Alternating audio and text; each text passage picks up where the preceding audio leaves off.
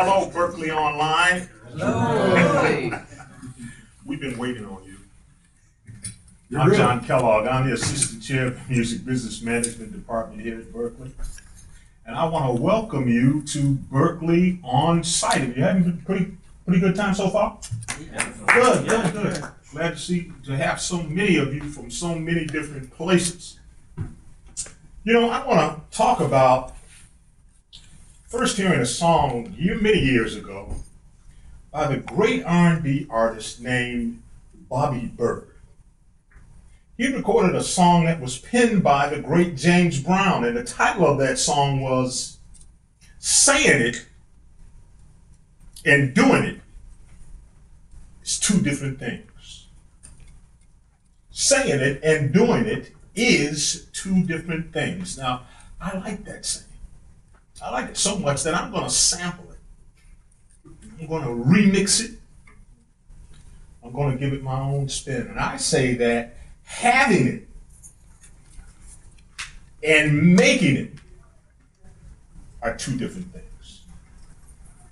Having it and making it are two different things. You know, the word "it" is often used to indicate someone having a special talent, a special ability to connect with an audience, particularly in the entertainment industry. There's a lot of ministers, pastors, and even motivational speakers that can very convincingly state that everyone has it. Everyone has that special something in them that nobody else has that they should share with the world. But discovering your it is a process that everybody has to undertake in their own unique way. My quest to discover my it started when I attended a concert when I was 11 or 12 years old by a group called The Miracles. At that time, Smokey Robinson was the lead singer. And I remember sitting in the audience, seeing the group up there, great syncopated choreography, nice suits, great harmonies, great soulful singing, the audience going wow, making people feel good. And I said to myself, I want to do that. But it wasn't until a few years later, when I was in high school, that I discovered my it. I was managing a group of underclassmen. I was a junior. 4 guys, vocal group. The name of the group was The Illusions. And they were trying to learn a song by the internationally known Motown act, The Temptations. Wow. I remember seeing The Temptations at a small club in my hometown of Cleveland, Ohio, called Leo's Casino. And usually when they would appear, they had an opening act by the name of the OJs. And at this time, the OJs were just a regional act. They didn't have any national prominence or significance. And I knew that they weren't internationally known because they lived right around the corner from me in the inner city of Cleveland, Ohio. As a matter of fact, we used to go and sit on the steps of their uncle's house where they were staying, and we'd hear them sing a cappella. It sounded just like a record. It was unbelievable. But the OJs used to perform with the Temptations, and they used to bill that show as the battle of the groups, the OJs versus the Temptations. And boy, the OJs used to battle them tooth and nail, almost to the point that I felt that if the OJs didn't make it in the music industry, I wasn't even going to try to get into it because the industry had to be too crooked if a group with that level of talent couldn't make it. So the Illusions were trying to learn the song, I Could Never Love Another. The song has a great opening lick that was sung by the lead singer of the Temptations, David Ruffin, at the time. Now, David Ruffin is an extremely unique talent. He has a 5-octave range. And in the first verse of this song, on one word, he flips up an octave.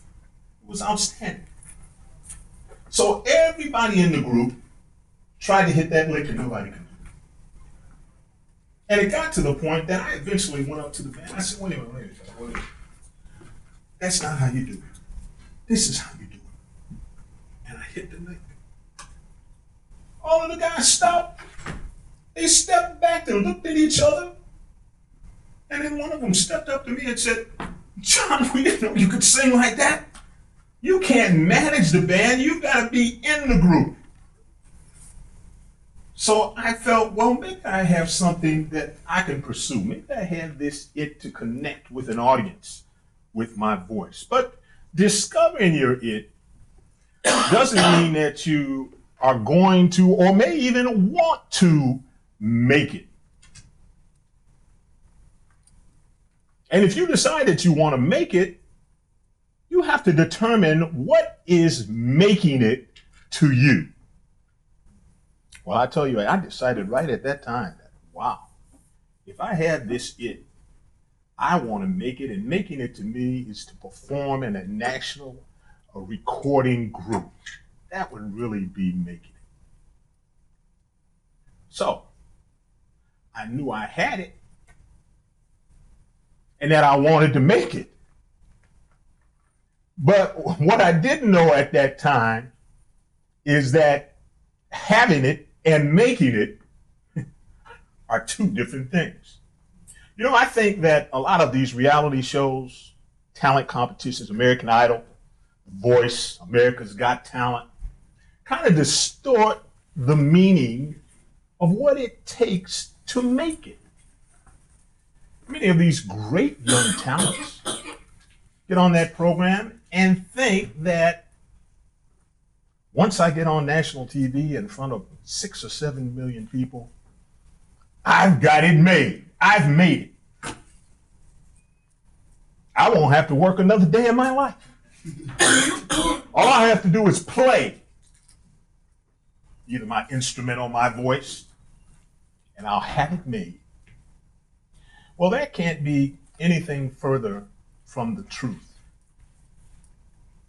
What a lot of people don't understand is that it takes time to make it. And these contestants will soon be very frustrated and find out that they had it and they had the opportunity to make it. And I say that if you have it, you can make it, but not without the impenetrable power of working it. And for the next few minutes, I want to talk about the impenetrable power of working it. If you go on YouTube today, put in the search box Carrie Underwood's first television audition for American Idol. It will pull up a video clip, an attractive young lady, very plainly dressed, hair done in a very simple style, singing a great song, I Can't Make You Love Me. She did a clearly phenomenal job. The judges put her right through to Hollywood. She went on to win that season, that's 2004. And after winning the competition, she went on a 25 or 26 city tour of arenas, 15 to 20,000 people, with all of the American Idol top 10 winners or contestants. 15 or 20,000 people. Now, after she finished that tour, she had a decision to make. She could have decided to go back to her home state of Oklahoma and maybe just sing at church every weekend, do a couple of gigs. Or she could choose to be an international superstar. And I started to see after that American Idol tour that Carrie Underwood was working anywhere and everywhere she could. She was working state fairs in front of 10 to 15,000 people, county fairs, 3,000 to 5,000 people, even country music road houses, 500 to 1,000 people. She was working 4 or 5 nights a week.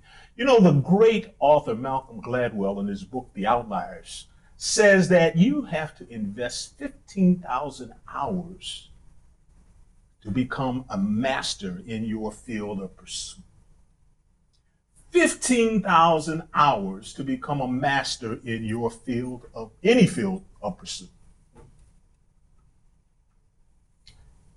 You can also go on the YouTube channel and you can search for Carrie Underwood's performance on the very last American Idol program, which happened last year.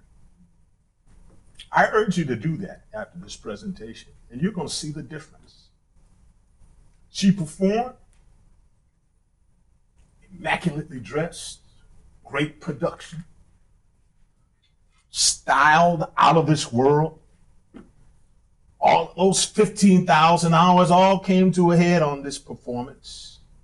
You saw how she knew exactly what to do, when to do it, how to touch an audience like she had learned on the road, the kind of moves to make to touch that person in that 18,000 seat arena way in the back. She killed it. But more importantly, she was introduced by Ryan Seacrest like this. Now we have an iconic singer currently on a worldwide tour.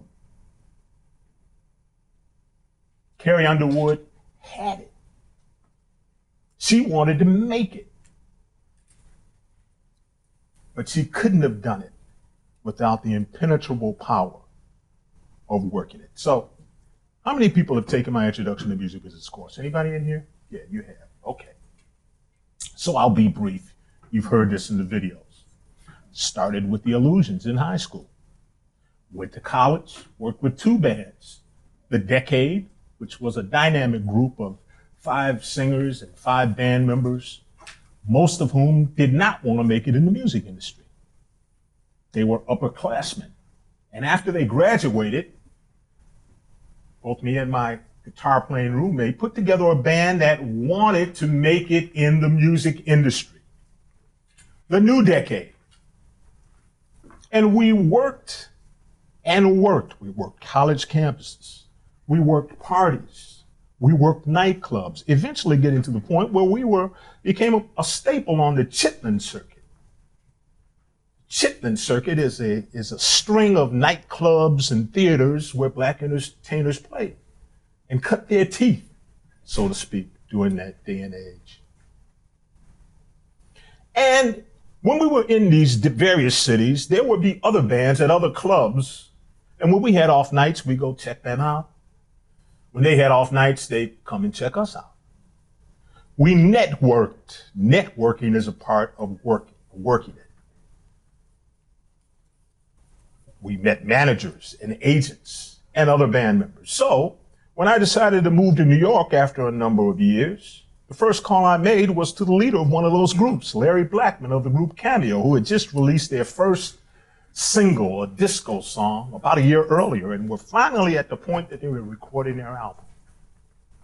And on the same day I got to New York, after working years and years, I was in the studio recording with a group that had a national recording contract. And I will never forget the day that the band was all together in a tight van, and we were traveling to Philadelphia to do a promotional gig.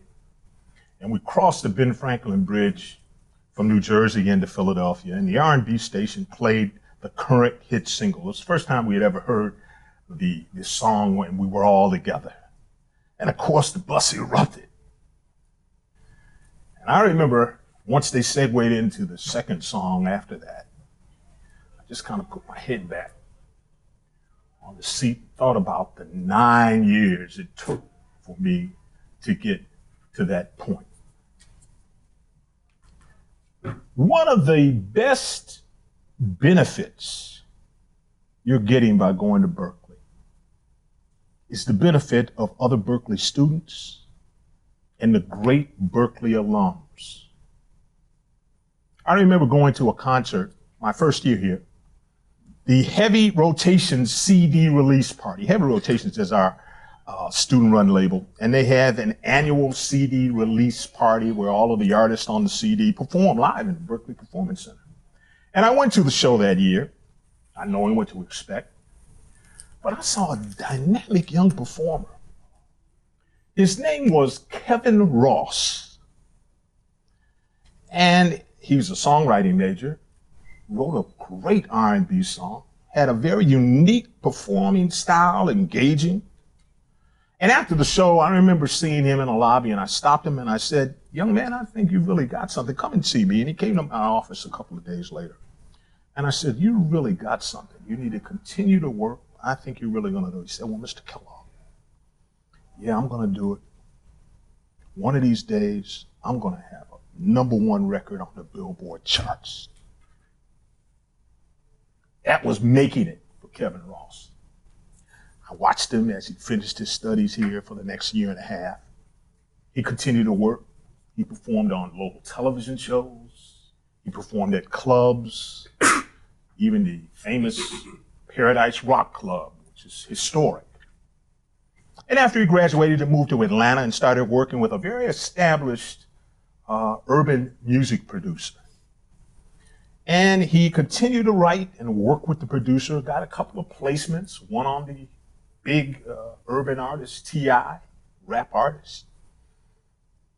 But he continued to work trying to get that #1 record. Graduated in 2008. It wasn't until 2014 that he got a contract and released his first EP on Motown Records. Wow. That enabled him to open up for tours for Maxwell and for Neo. He was getting experience in front of large audiences. Still no chart record. He even got a television commercial, a Glade commercial. You might have seen it during Christmas of 2014, a young man in a nice camel coat singing a song about Glade candles. Great national promotion for him and exposure for him. Still no hit record. Then I was reading USA Today last year in September, and each Friday they have music charts.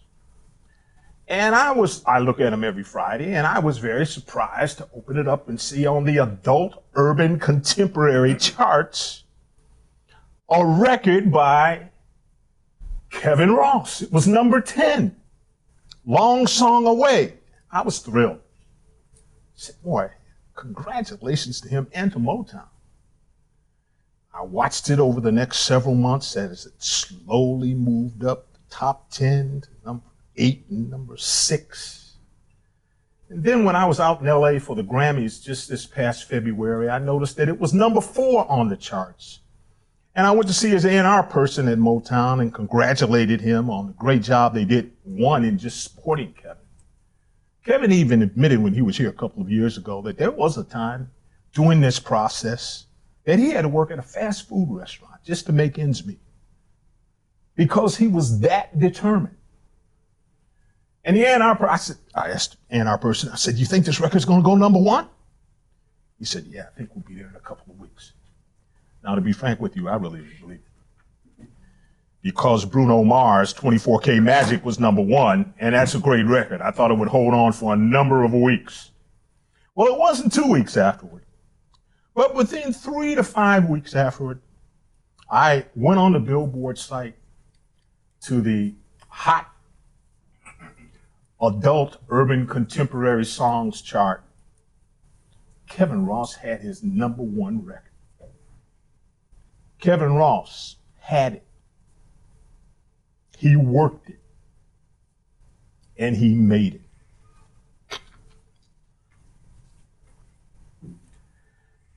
Sometimes you get to a point that you will find that you might have it in more than one area. I read an article in the Wall Street Journal last year that said that the typical person today would have 6 to 7 careers in their lifetime. 6 6 to 7 careers in their lifetime. So some of you, I've noticed, and the students that I teach online are in the military. What a great thing, serving our country. Many of you might have gone into the military thinking, man, if I could just become sergeant, that'd be making it to me, right? And you might have achieved that goal. You might have worked in a warehouse distribution center. You started off as a stock person, but you wanted that manager's position.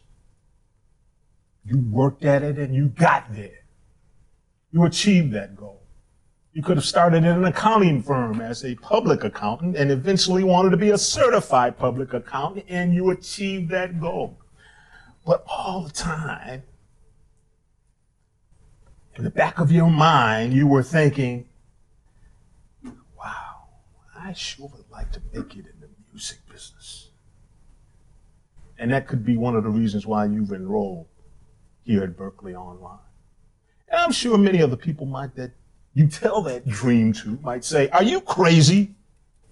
You finally made it to that position. Why in the world do you want to do something different? I often get asked, why did you leave Cameo after working all those years to get in that position? And I always tell people, a funny thing happened to me while I was making it with the group Cameo. I remember even when I was with the group, The New Decade, working on the road, I started reading articles about lawyers practicing a new type of law called entertainment law. This is in the middle of the 70s, brand new profession. And it kind of stuck in my mind, particularly after I read an article where Dionne Warwick, who was a big star in the 70s, said, if I had to do it over again, I'd go to law school. So even before I moved to New York and worked with Cameo, I applied to my hometown, I'm from Cleveland, Ohio, law school, Case Western Reserve. And after a couple of months of being on the road with Cameo, I recognized that I would never be able to fulfill both my creative or my financial goals within that group setting. So when I got notice that I was admitted to Case Western Reserve Law School, I immediately left New York and went back to Cleveland to work in the steel mills a few months before I started law school. It was tough. I left the week that Cameo, we had played a number of small auditoriums and college campuses and small nightclubs. But the week I left, they were going to open for Natalie Cole in the Superdome. Oh my goodness. What a gig to miss, right? So I went back to Cleveland, and it was there, Case Western Reserve Law School, that I learned the 3 A's. The 3 A's. Affirm what you want to do. Affirm what you want to do. The first few weeks of law school, all of the first-year students gather in the hallways and out on the quad. And inevitably, you get around to the conversation of what kind of law you're going to practice. Some people would say, well, I'm going to be a corporate lawyer. Others would say, I want to help people in the defenseless. I'm going to be a criminal defense lawyer. Or I'm going to be a divorce lawyer. John, what are you going to do? Well, I'm going to be an entertainment lawyer. Mind you, this is the 1970s, brand new profession. In Cleveland, Ohio, not hardly an entertainment center of the universe. So I could tell many of them walked away saying, yeah, good luck with that, guy, So, not only did I affirm throughout my law school career that I was going to be an entertainment lawyer, in spite of some very strange looks, but I also took action. That's the second big A. Action, take action. I knew that to be an effective entertainment lawyer, I needed to take as many business courses as possible, because at this time, the field was so new, they didn't even have entertainment law courses. They didn't even have a copyright law course at that time. So I took some very difficult business courses that a lot of the students thought I was crazy to take. Why are you taking that course? I said, don't worry about it. I've got it covered. And I remember walking on the campus after I graduated and was preparing for the bar exam. And I saw a student who was a year behind me, who saw me across the quad, said, John, he ran up to me. He said, John, are you still going to be an entertainment lawyer? I said, yeah, that's why I came here. He said, well, look, I just met the lead singer of the OJs, Eddie Levert's nephew. And Eddie is sending him to Cleveland State University to become an accountant. And I think they might be looking for a legal counterpart. Why don't you, here's his number, contact him. Would that have happened if I had not affirmed that I wanted to be an entertainment lawyer? I don't know. As a result of that contact, I met that young man. We've been the best of friends, as well as business associates, for over 35 years. And as a result of that connection, I was able to represent my childhood idols, Rock and Roll Hall of Fame inductees, the OJs, Gerald Levert, the late Gerald Levert, one of the greatest R&B singers, songwriters, and performers ever, and his supergroup LSG. In other words, as a result of affirming what I was going to do, taking action, I was able to achieve my goal of becoming an entertainment lawyer. There's another Berklee alum I want to tell you about that went through the same kind of process.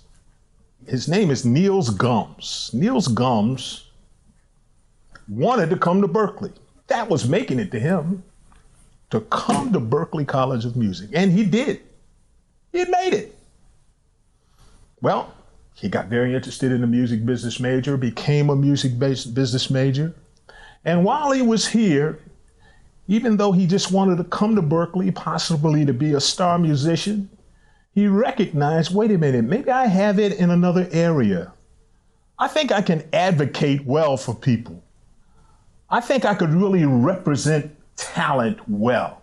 And after he graduated, he moved to California, and he started representing Berklee alums. The first alum he represented was DeJuan Parker, and he became a big producer with Dr. Dre's label, Aftermath, and Interscope Records. The next client he picked up were also Berklee alums. A duo, Amy Heidemann and Nick Noonan, collectively known as the group Carmen. Those of you who are studying music business online, the great thing about Berklee, the Berklee education process, is that we really try to train students to be innovative and to be on the cutting edge of the music business. And that's what Niels Gums did. He took those thoughts and he really started to see the disruption that was happening in the music industry and how the internet was taking over and how this new YouTube channel partnership that was happening at the turn of the last decade was very important for promoting artists. So he worked with Carmen over 2 years with the thought in mind, and Carmen had the thought in mind that making it was a major label deal. And of course, Niels wanted to be a major music manager. That was his goal. So he came up with a great strategy, an innovative strategy. He told Carmen, look, this is what I want you to do. I want you every week to record a video cover of a top 10 Hot 100 Billboard song. Every week, And they did that. And during the second year of doing that, things started to catch on. And after a while, over an 8-month period, they had accumulated 190 million views, as well as 88,000 YouTube channel subscribers. Not only that, but Amy's very interesting interpretation of Busta Rhymes' rap on the song Look at Me Now by Chris Brown was so entertaining that it accumulated 2 or 3 million views in just a couple of days. So much so that Ellen DeGeneres called and said, I want you on the show next week. And they did. And after that, there was a bidding war between the major labels to sign them. And they did sign them. Not only that, but shortly after being signed, Carmen became the very first group without an album to appear on Saturday Night Live. They had achieved their goal. They had it. They made it, but not without the impenetrable power of working it.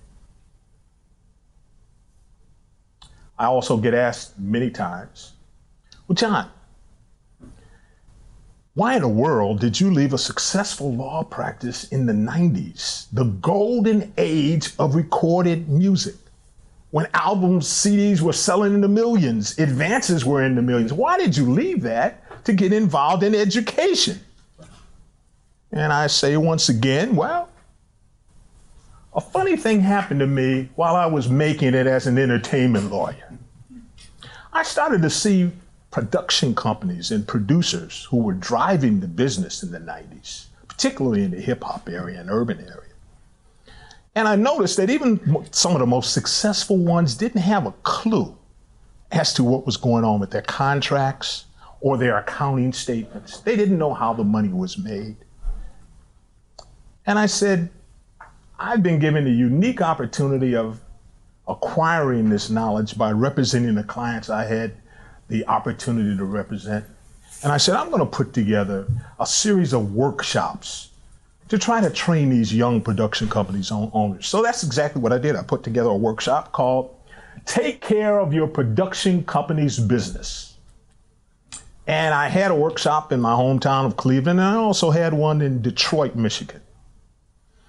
And I invited a bankruptcy judge from Detroit, federal court, who was noted because he had terminated recording artist agreements in bankruptcy. And he was one of the few attorneys who, not attorneys, but judges who actually did that in bankruptcy court.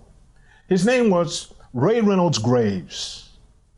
And I'll always remember that when I introduced him for his hour-long session during this all-day workshop, I noticed that he was an adjunct professor at Wayne State University Law School. And I'm telling you, as I sat there and saw how for a whole hour, he was able to just totally enthrall the audience and hold our attention as he weaved stories of the bankruptcy court, entertainment law, the lives of musicians, and how this law affects everyone. And by the end of his presentation, I felt just like I felt when I went to the Miracles concert when I was 11 or 12 years old. I said, I want to do that. So I knew I had to prepare for that as well. I knew in order to teach at a college level, you at least have to write.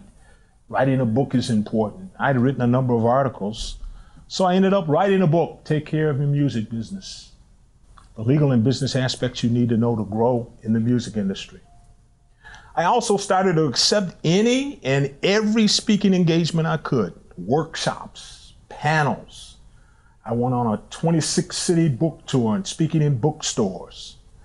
And then finally, in 2002, I was reading through Billboard magazine, as I encourage all of you to do. And I saw an ad that said, University of Colorado at Denver is looking for an assistant professor of music business? Well, the first thing I thought was, I didn't even know that they had music business programs on the undergraduate level. That was surprising. I thought that I would probably have to teach copyright law or entertainment law at a law school. I thought that was the only opportunity that I'd have to teach. And the second thing I thought was, Denver, Colorado? It's not a music capital by any stretch of the imagination at that time. I applied for the job and I was accepted for the job. And for my very first day of teaching, I would tell all of my students, as I'm going to tell you, you are the future leaders of the entertainment industry. And remember how I said I thought it was strange that they had a music business program, Denver, Colorado, because it wasn't a music capital? Well, shortly after I started teaching there, I had the opportunity to teach future leaders of the entertainment industry, Isaac Slade, Ben Wysocki, who are members and founders of the group The Fray, kind of put Denver on the map. And over again, I've seen the students from not only University of Colorado at Denver, but as well as the students here, Berklee, do the same thing. 4 years later, I saw an ad in Billboard, Berklee College of Music, looking for an assistant chair of the Music Business Management Department. And that's why I'm here before you today, folks. So no matter where you are in your career, this might be your first choice. You might just now be working on your professional studies degree. This is your first action step toward achieving your goal of making it in the music business. Could be your second or third career. I've had 4. I've been a singer. I've been an entertainment lawyer. I've been an author. I've been a chair and professor. I don't know how many more I've got to go, but I'm going to keep on striving as long as I can. But it's important to recognize that the Berklee system that you're in is going to put you in the position to make it happen. There was another student, Berklee student, whose goal after he got here as a freshman was to develop a YouTube channel. He wanted to be a YouTube star. His name was Charlie Puth. He started putting up quirky videos every couple of days.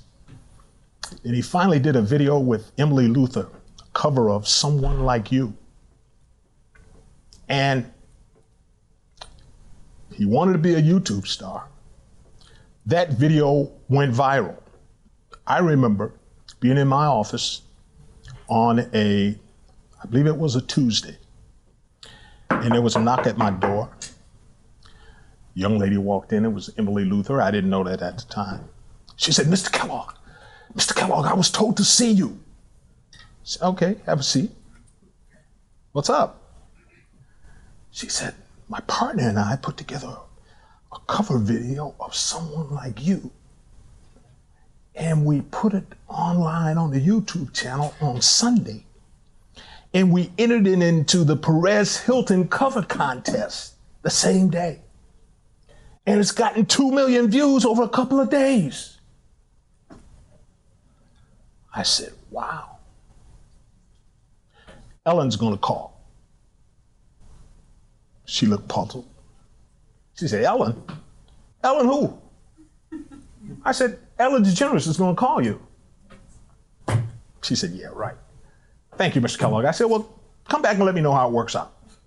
The very next day, Mr. Kellogg, you're not going to believe this. We won the Perez Hilton cover contest, and Ellen called. I said, I told you she was going to call you. Carmen did the same thing a year earlier. They went on the show. Eventually got a contract with Ellen's company. Didn't quite work out, but Charlie Puth was determined. He wanted to be a YouTube star. He had made it, and he decided he wanted to do something else. He wanted to get his college degree. He didn't have to make that decision. But he said, I want to get my degree. in production. I want to be a great producer and songwriter too. So instead of leaving school, he stayed in school for 2 or 3 more years and eventually graduated. Second goal reached. Then he went to work in production. I believe got a publishing deal and continued to work. You know the end of the story. See You Again was the biggest record of 2015 with Wiz Khalifa.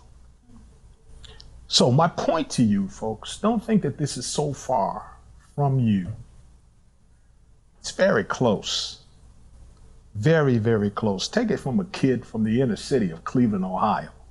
My God, surely not a recording capital of the world. You can do it. You can do it. But just remember, if you have it, you can make it. But not without the impenetrable power of working it. Thank you.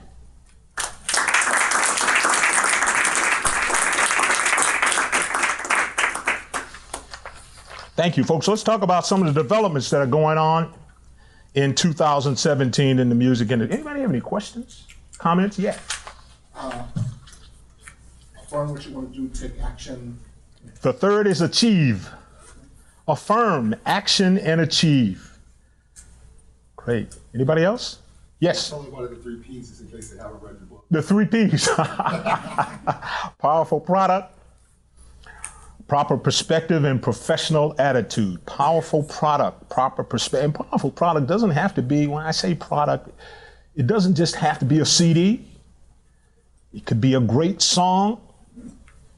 It could be a live performance, you know, even though that's a service, still you can look at it from a product standpoint as well. That's very important for you to be, it's becoming so important in today's music industry.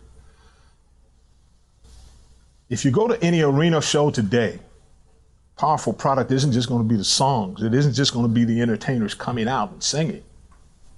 You know, like I said, I used to go to clubs and see the Temptations and the OJs on a stage about this size and about this high, with microphones and the band in the back, and their choreography and everything else had to be the entertainment that really made you lock in. Today it's completely different. Which gets us into talking about, thank you for giving me this segue into what's happening in 2017. You look at the arena shows, think beyond. A lot of my students say they want to start record labels, and I tell them, look, think beyond that, folks. Think about starting an entertainment company. Because now music is invariably paired with video in some form or fashion. So when you go to a major arena show now, you aren't just going to see the singers. You are going to see that great art form choreography that was really made famous back in the R&B days with groups like the Temptations. They're going to have dancers, but you're also going to have lighting effects that are tremendous. You're going to have some form of video. When I went to the Grammys this past time, you might have seen it on television. Katy Perry's performance was amazing. And I don't know how she did it. I don't know how she did it. But there were times that she disappeared behind what looked like a screen, but there was no screen there. It was one of the most fantastic production jobs I've ever seen. And all of the major acts now are trying to outdo each other by putting together not just the music to entertain, but the entire production. It's like a Broadway play to some extent. So powerful product on the live end is that great show. Proper perspective is understanding where you are in the business and not losing yourself in the business as so many artists do. What do I mean by that? And in my book, I talk about how artists think if they get a $1 million advance, a $1 million contract, they think that they're rich. When if it's a $1 million contract, it could be for 4 albums, and each album is $250,000 each, the advance. But out of that $250,000, they have to pay all of the cost of recording.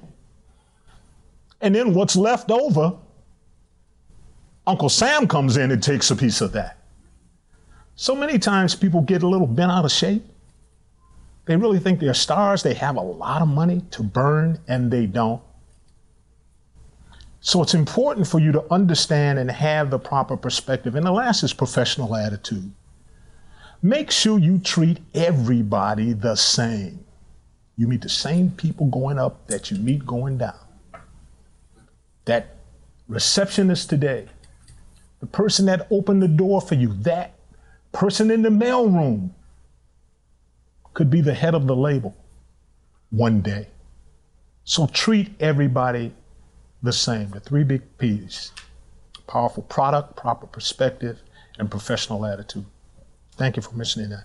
Anybody else have any questions before I go on? All right, let's talk about some of these issues. Wow. Here's the thing that I've really been noting that I think is important. You remember how I was talking about now it's about entertainment companies and not just recorded music? That's true in a number of different areas, particularly in the video area. And those of you who are interested, those of you who score films, want to do scores for films, television shows, what an opportunity the industry is providing now that the streaming services, Hulu, Netflix, Amazon have come in. There's so many new content providers. So the film and TV companies are going to be expanding and are expanding to a very great degree. The fees of actors and other talents, even the writers, they just renegotiated a new contract. They are starting to go up. It's going to create a great opportunity, and you need to think broadly. Once again, think about the visual aspect as well as the recording aspect, and hopefully that will have an effect even on the music industry as far as how much money is going to be made. So there's great opportunities there. The growth of subscription services.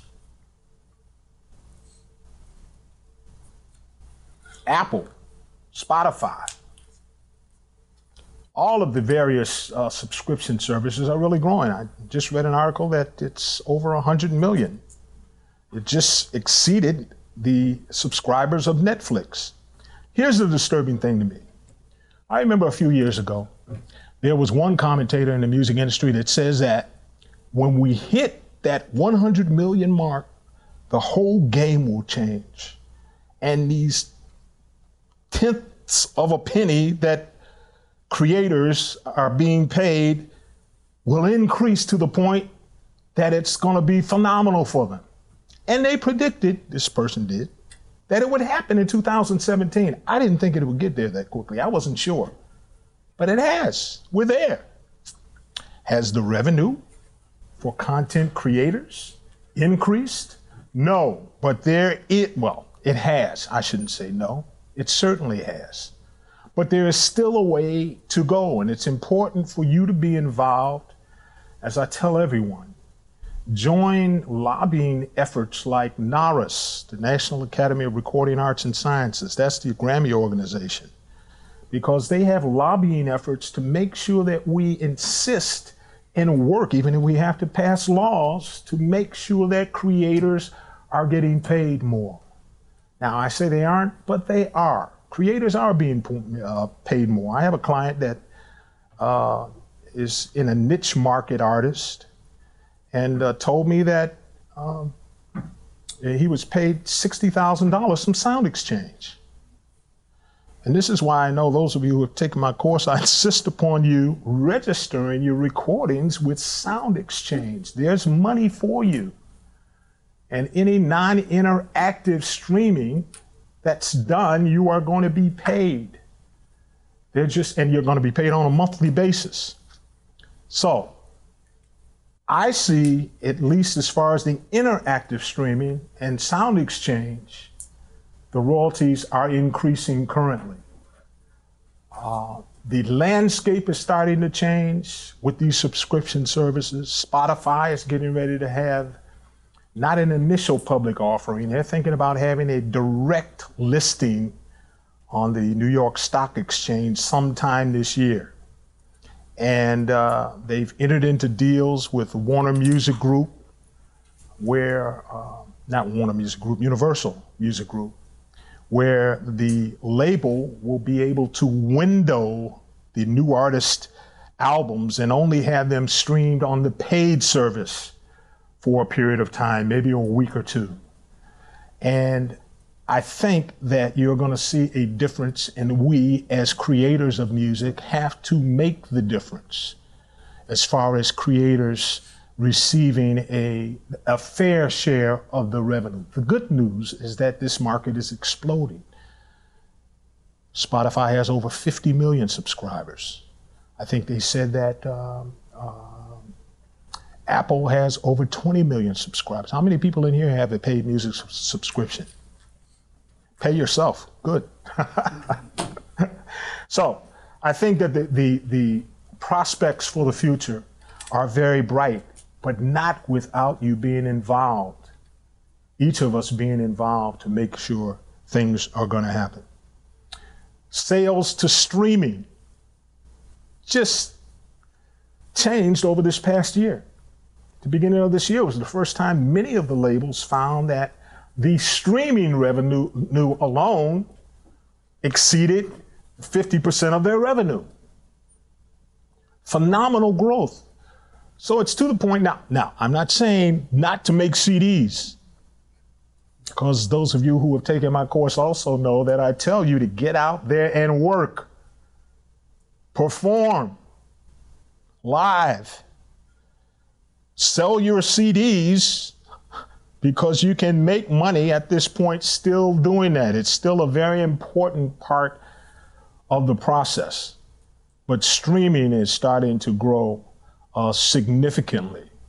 And I think that that's an excellent thing. Now, here's something that, as you noticed, if you take in the Introduction to Music Business course, one of the current issues I talked about in the course is net neutrality.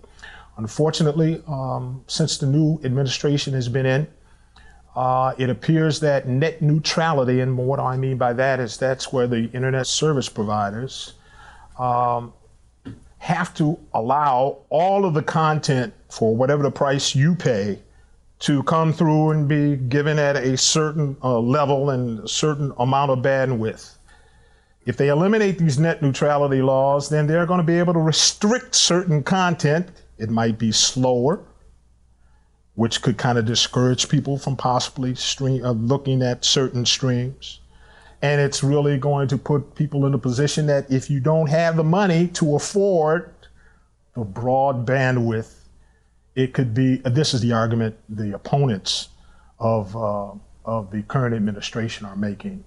It's going to eliminate some of the opportunities for people to have their products and their services exposed. So this is a big issue. And I also say that the music business is made up of law, business practices, and politics. And that's why it's important for you to be active in politics, because the politicians can change the laws and you can have an effect on that. And that's why it's very important for us to become actively involved. What do you guys think about 360-degree deals? Anybody? I feel like it benefits you if you're a bigger artist. How do you feel about it? Big pardon? I feel like it benefits people if you're a bigger artist in a sense, because you got more money to go around. Okay.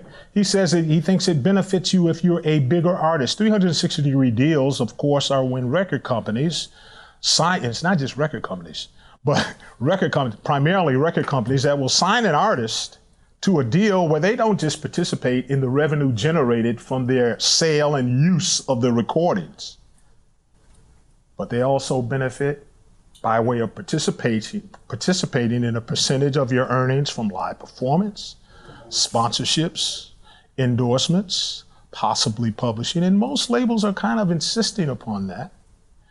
And I haven't been able to get a read. I've been trying to get a read on how successful this is for record companies. I have seen live performance revenue breakout sheets and closing statements where you see that there are artists that have to pay the percentage, are paying a percentage of the net live performance money to the record label. So I know that they are making money. And here's the good thing. And a lot of people rail on major labels. I used to do it too.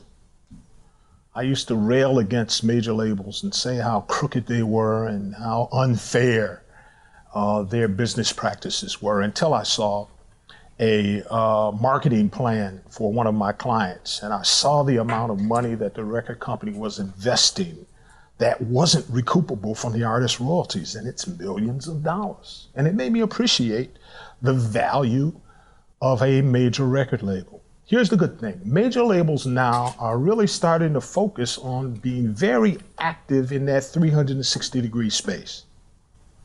They're going to have sponsorship and endorsements and promotional deals, and people that are, some of the labels even have management arms that assist in coordinating things for live performance. So when there was a time where labels were many times just passive participants and just taking a percentage for just creating the hype about you and not really working to make endorsement movie deals happen for you on the other end. I understand the concept of 360-degree deals. I mean, you have a company that's saying that I'm taking you, unknown artist, and I'm going to invest in you and use all of my resources to make you a huge star. Now, once you become that huge star, you're going to get calls to act, to be in toothpaste commercials, right? Samsung sponsorship deals. Would that have happened without this initial investment? Pretty good argument. So I think the good thing is that the labels now are focusing on those 360-degree aspects. And I think it's creating some great opportunities for those of you who want to get jobs in record labels as well. Don't think the major record labels are going away. They're going to be around. There's only 3. They're going to be around. And lastly, before I open it up for questions, is that I see a trend now. Some of you who took my course know that there's an interview by Richard Blackstone, who worked with BMG Rights Management, where they did deals where they didn't take any ownership interest in the recording, which is a big issue with artists and should be. But they primarily just provided management of their rights. Well, a lot of companies are doing that as we enter into the digital space. And of course, I'm sure many of you saw Chance the Rapper last year, how he got a $500,000 payment from Apple for a 2-week window, I believe it was, for his video to be seen exclusively, his album to be streamed exclusively on that service. You have companies now that are just recognizing that when people come with complete products, recordings that are ready to release, they can still make money if they affiliate with a number of various artists, placing those recordings through digital services and taking a percentage rather than an ownership interest.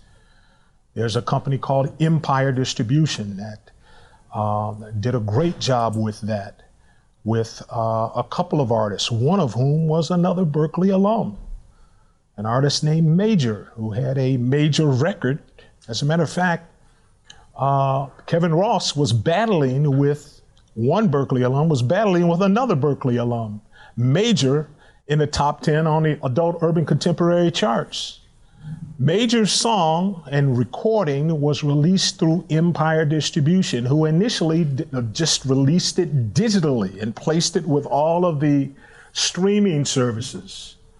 And it went very well. Now, he was signed to a production company, but that production company owns that recording. And Empire is taking a percentage. I don't know if it's 15, 20, or 25%. But I see, and I think that you're going to have a number of artists. I just read yesterday that Anderson .Paak, I don't know how many of you are familiar with Anderson's music, tremendous artist. But he has that kind of deal with the Sony Red, which is the independent arm of Sony Music.